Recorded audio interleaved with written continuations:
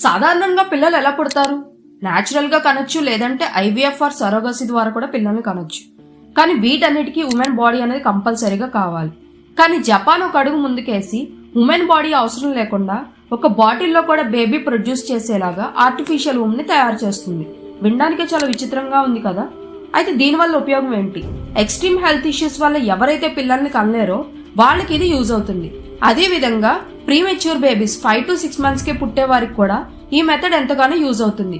Future లో gents కూడా ఈ మెథడ్ లో పిల్లల్ని కనొచ్చు అంట. అయితే ఇది ఎలా వర్క్ అవుతుందో చూద్దాం.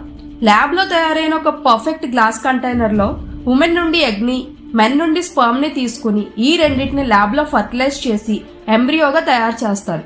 ఇది బయట పెరుగుతుంది. ఇది కపుల్ డిఎన్ఏతో మిక్స్ అయి ఉంటుంది కాబట్టి ఎలాంటి లీగల్ ఇష్యూస్ కూడా ఉండవు.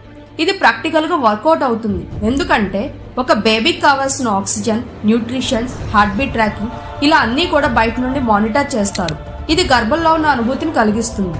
ఫర్టిలిటీ ట్రీట్మెంట్ లో ఇది ఒక వండర్ అనే చెప్పొచ్చు. ఇలా పుట్టిన బేబీస్ కి పేరెంట్స్ కి ఎఫెక్షన్ ఉంటుందని మీకు డౌట్ రావచ్చు. వాళ్ళ డిఎన్ఏతో పుట్టే బేబీ కాబట్టి డెఫినెట్ గా ఉంటుంది. పిల్లల్ని కనలేని వారికి ఇది మంచి ఆపర్చునిటీయే కదా. ఫ్యూచర్ లో దీనికి ఎంత ఖర్చు అవుతుంది ఏంటి ఇంకా తెలియదు. క్లినికల్ ట్రయల్స్ జరుగుతున్నాయి, అప్రూవల్స్ ఇంకా రాలేదు. ఏది ఏమైనా జపాన్ సైంటిస్టులకి హ్యాట్స్ ఆఫ్ చెప్పాల్సిందే. ఇలాంటి క్రేజీ వీడియోస్ కోసం ఛానల్ సబ్స్క్రైబ్ చేసుకోండి.